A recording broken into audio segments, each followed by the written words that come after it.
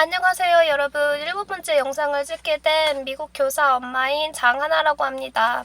오늘 소개해드릴 내용은 미국 초등학교 교사로서 해야 할 일과 그에 대한 소개에 대해서 간단히 영상을 마련해봤습니다. 첫 번째, 간단하게 말씀드릴 것은 출근 시간과 퇴근 시간인데, 미국의 초등학교 교사 같은 경우에는 보통 공립을 기준으로 말씀을 드릴게요. 미국 공립 초등학교 같은 경우에는 아침 7시 반부터 3시 반까지 근무를 합니다. 그리고 보통 7시 반에서 3시 반이 아니면 아침 8시부터 오후 4시까지 근무를 합니다. 그리고서 연봉은 어떻게 되냐면은, 연봉은 공립학교 기준으로 42,000불인데요. 1년을 기준으로 말씀드린 것입니다.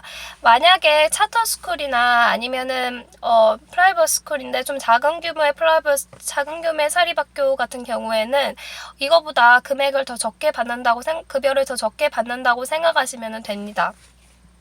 그리고 말씀드릴 것은 한국하고의 정말 차이점은, 한국에서는 교사들이 공식적으로는 학생들 쉬는 시간이 10분이기 때문에 10분이면은 그래도 화장실을 갔다 올 수 있는 정도의 시간이잖아요. 그런데 미국의 학교 같은 경우에는 되게 정말 말도 안 되게 쉬는 시간이 짧습니다. 학생들이 쉬는 시간이 3분밖에 안 되는데요. 쉬는 시간이라는 것은 1교시에서 2교시, 2교시에서 3교시 이렇게 넘어가는 교과목의 변경 시간을 말씀드리는 건데, 화장실을 거의 갈 수 없을 정도의 시간이죠. 3분이면. 왜냐면 줄을 서야 되니까 말이에요.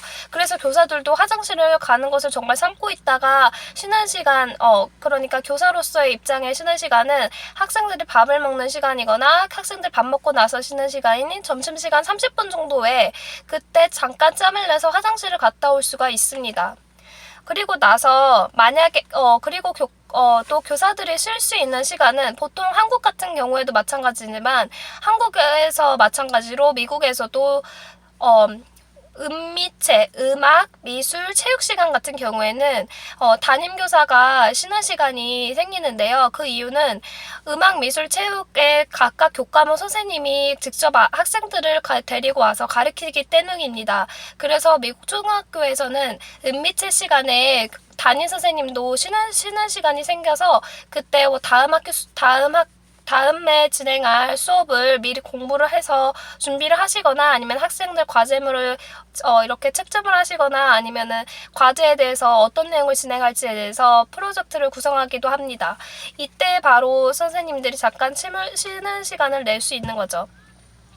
그래서 이렇게 임미체 시간, 그리고 쉬는 시간 3분, 그리고 또 교사들이 잠깐 시간을 낼 수 있는 시간은 바로 한국하고 다르게 리세스 타임인데요. 리세스 타임이라는 것은 저번에 시간에도 말씀드렸다시피 학생들이 자유 시간을 가질 수 있는 시간입니다. 인형을 가지고 논다거나, 아니면은 밖에 나가서 축구를 한다거나, 정말 말 그대로 학생들이 자기 개인의 시간을 가질 수 있는 시간이에요. 그래서 한국 같은 경우에는 쉬는 시간 10분과 체육 시간에 보통 이렇게 나가서 뛰어놀고 그러잖아요. 근데 미국 같은 경우는 매일 하루에 한 번 리세스 타임이 있습니다. 그래서 학생들이 잠을 잠깐 잘 수도 있고, 아니면 하고 싶은 것을 할 수 있는 시간이죠. 이때 교사들도 자신이 하고 싶은 일을 할 수가 있습니다. 그렇게 교사들이 잠깐 이렇게 자유시간을 잠깐 갖는 거죠. 근데 그게 자유시간이 말 그대로 정말 자유시간이 아니라 교사로서는 다음 수업을 진행해야 되니까 공부하는 시간이라고 생각하시면 될 것 같아요. 그리고서 수업에 대해서 이제부터 본격적으로 말씀드릴게요. 미국의 수업은 한국하고 다르게 한 교실 안에 선생님이 3명이 있습니다. 아니, 왜 한 교실에 3명이 있냐? 초등학생인데. 그렇게 생각하실 수도 있으실 텐데요. 티처이 아니라 티처 어시스턴스입니다. 티처 어시스턴스란 교사를 도와주는 보조 역할을 하는 분들인데요. 교사가 한 명인데, 한 명이 모든 학생들을 30명이 넘는 학생들을 관리하기가 어렵잖아요. 그렇기 때문에 선생님과 마찬가지로 옆에서 학생들을 가르치고, 그리고 학생들의 필요한 과제물을 이렇게 출력을 해서 뽑아준다거나, 아니면 조용한 분위기를 구성한다거나, 정말 말을 안 듣고 다른 학생들을 방해하는 학생들이 있을 경우에 그 학생들을 복도로 데리고 나와서 그 수업에 대해서 이렇게 1대1 개인 지도처럼 그렇게 가르쳐주는 역할을 합니다. 아니면은 정말 말을 안 듣는 학생 같은 경우에는 같이 이렇게 뭐 색칠 공부를 한다거나 아니면은 잠깐 여기 체육관에 데려가서 잠깐 같이 잠깐 시간을 보낸다거나 아니면은 정말 문제인 학생 같은 경우에는 교장실에 데려가서 이제 이렇게 교장 선생님과 이렇게 상의를 하게끔 그렇게 지도해주는 역할을 하십니다. 정말 도움이 되고요. 한국 학교에서도 이런 티처 어시스턴스라는 시스템이 있어서 선생님들의 부담이 좀 덜었으면 선생님들의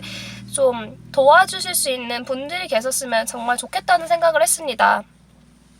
그렇게 해서 티처 어시스턴스가 미국에 수업 참여하는데 꼭 필요하다는 것이고요. 미국에서는. 그리고 또 다른 것은 수업 진행 방식인데요. 정말 저번 시간에도 말씀드렸다시피 미국의 수업 진행 방식은 정말 다릅니다. 한국하고. 한국은 50분 내내 이렇게 수업을 진행하잖아요. 근데 미국 같은 경우에는 15분만 수업을 합니다. 아니 이게 무슨 소리까? 그렇게 생각하실 수도 있는데 15분만 수업을 진행하고 나머지 30분에서 35분 정도는 모든 활동을 하는데 모든 활동을 하거나 아니면 개인적으로 프로젝트를 진행합니다. 프로젝트라는 것은 그 교과목에서 배운 내용을 가지고 그것에 대해서 더 확장해가지고 크롬북을 이용해서 개인 노트북을 이용해서 더 깊이 공부를 하는 것입니다. 국어를 이용할 수 있거나 아니면은 자기가 정말 예를 들어서 지오그래픽에 대해서 배운다면 그것에 대해서 공식 홈페이지, 학교에서 제공된 홈페이지에 들어가서 좀 더 깊게 더 공부하거나 학생들 스스로 깊이 배울 수 있는 시간이에요. 프로젝트 시간에서는. 예를 들어서 오늘 열대 기후에 대해서 배웠다면 열대 기후에 관련된 내용을 본인이 크롬북을 이용해서 쫙 공부를 하고 독해를 해서 읽고 그거에 대해서 자신이 어떻게 생각하는지 파워포인트를 만드는 것입니다. 그것이 바로 보통의 프로젝트인데요. 그것을 나와서 프로젝트를 만들고 다음 시간에는 발표하는 것으로 수업을 진행하는 거. 이런 식으로 미국은 학교가 초등학교 1학년부터 이렇게 진행이 됩니다. 한국에서는 보통 이런 거는 한 학기에 한 두세 번 있잖아요. 많아봐야. 근데 미국은 매일매일 이렇게 프로젝트를 진행하는 것이 기본입니다. 이게 정말 한국이랑 달랐어요. 그래서 미국은 선생님이 가르치는 시간은 단 15분밖에 없고 나머지 20분, 3에서 35분 정도는 학생들 개인이 프로젝트를 만드는 시간입니다. 그리고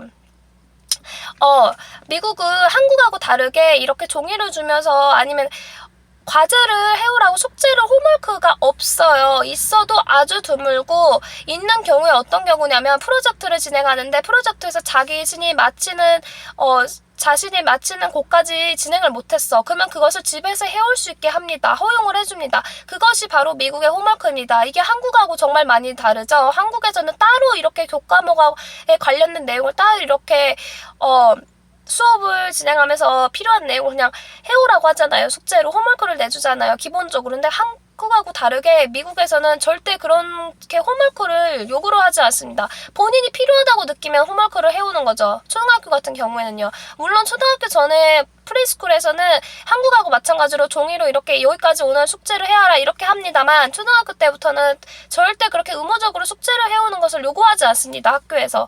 그리고 모든 학생들이 교과서를 다 책상 아래에 더 놓고 갑니다. 무슨 얘기냐? 숙제가 없다는 얘기입니다. 미국 학교 같은 경우에는요.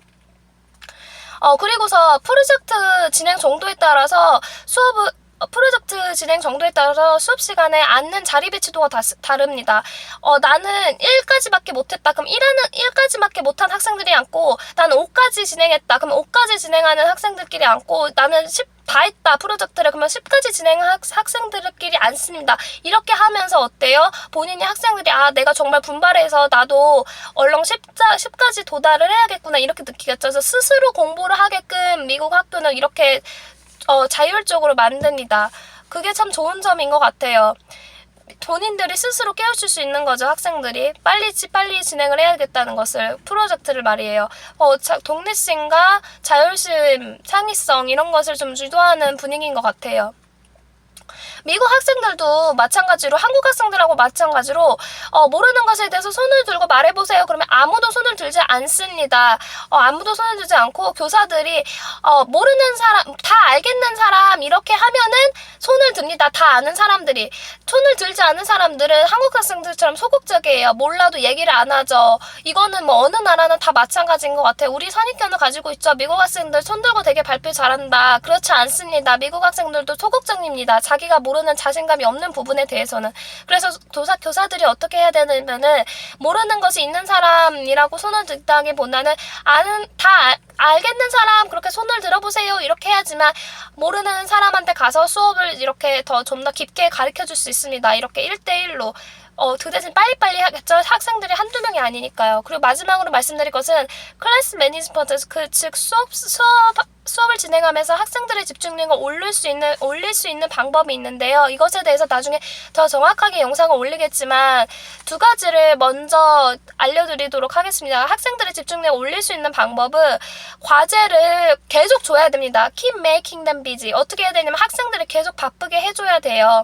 A부터 C까지 진행을 한 학생들은 바로 D를 주고 바로 E를 주고 계속 해야지 학생들을 쉬게 하면 안 됩니다. 그래서 미국의 수업 시간에 쉬는 시간이 오직 3분밖에 없는 것 같아요. 그들을 계속 바쁘게 만들면서 집중력을 올릴 수 있게 대신에 쉴 때는 완전히 푹 쉬게 리세스 타임을 줌으로써 이게 굉장히 효과적인 학습 성취도를 올릴 수 있다고 생각을 듭니다. 저 개인적인 생각에서는요. 그리고서 마지막으로 수업 매니지먼트의 핵심 포인트는 발표를 일상화시키는 거예요. 그래서 프로젝트를 하면 반드시 모든 학생들이 다 발표를 진행할 수 있게, 이게 정말 학생들의 집중력을 올릴 수 있다고 생각을 합니다. 모든 학생들의 창의력과 집중력을 올릴 수 있고 참여도를 올릴 수 있는 방법이라고 생각합니다.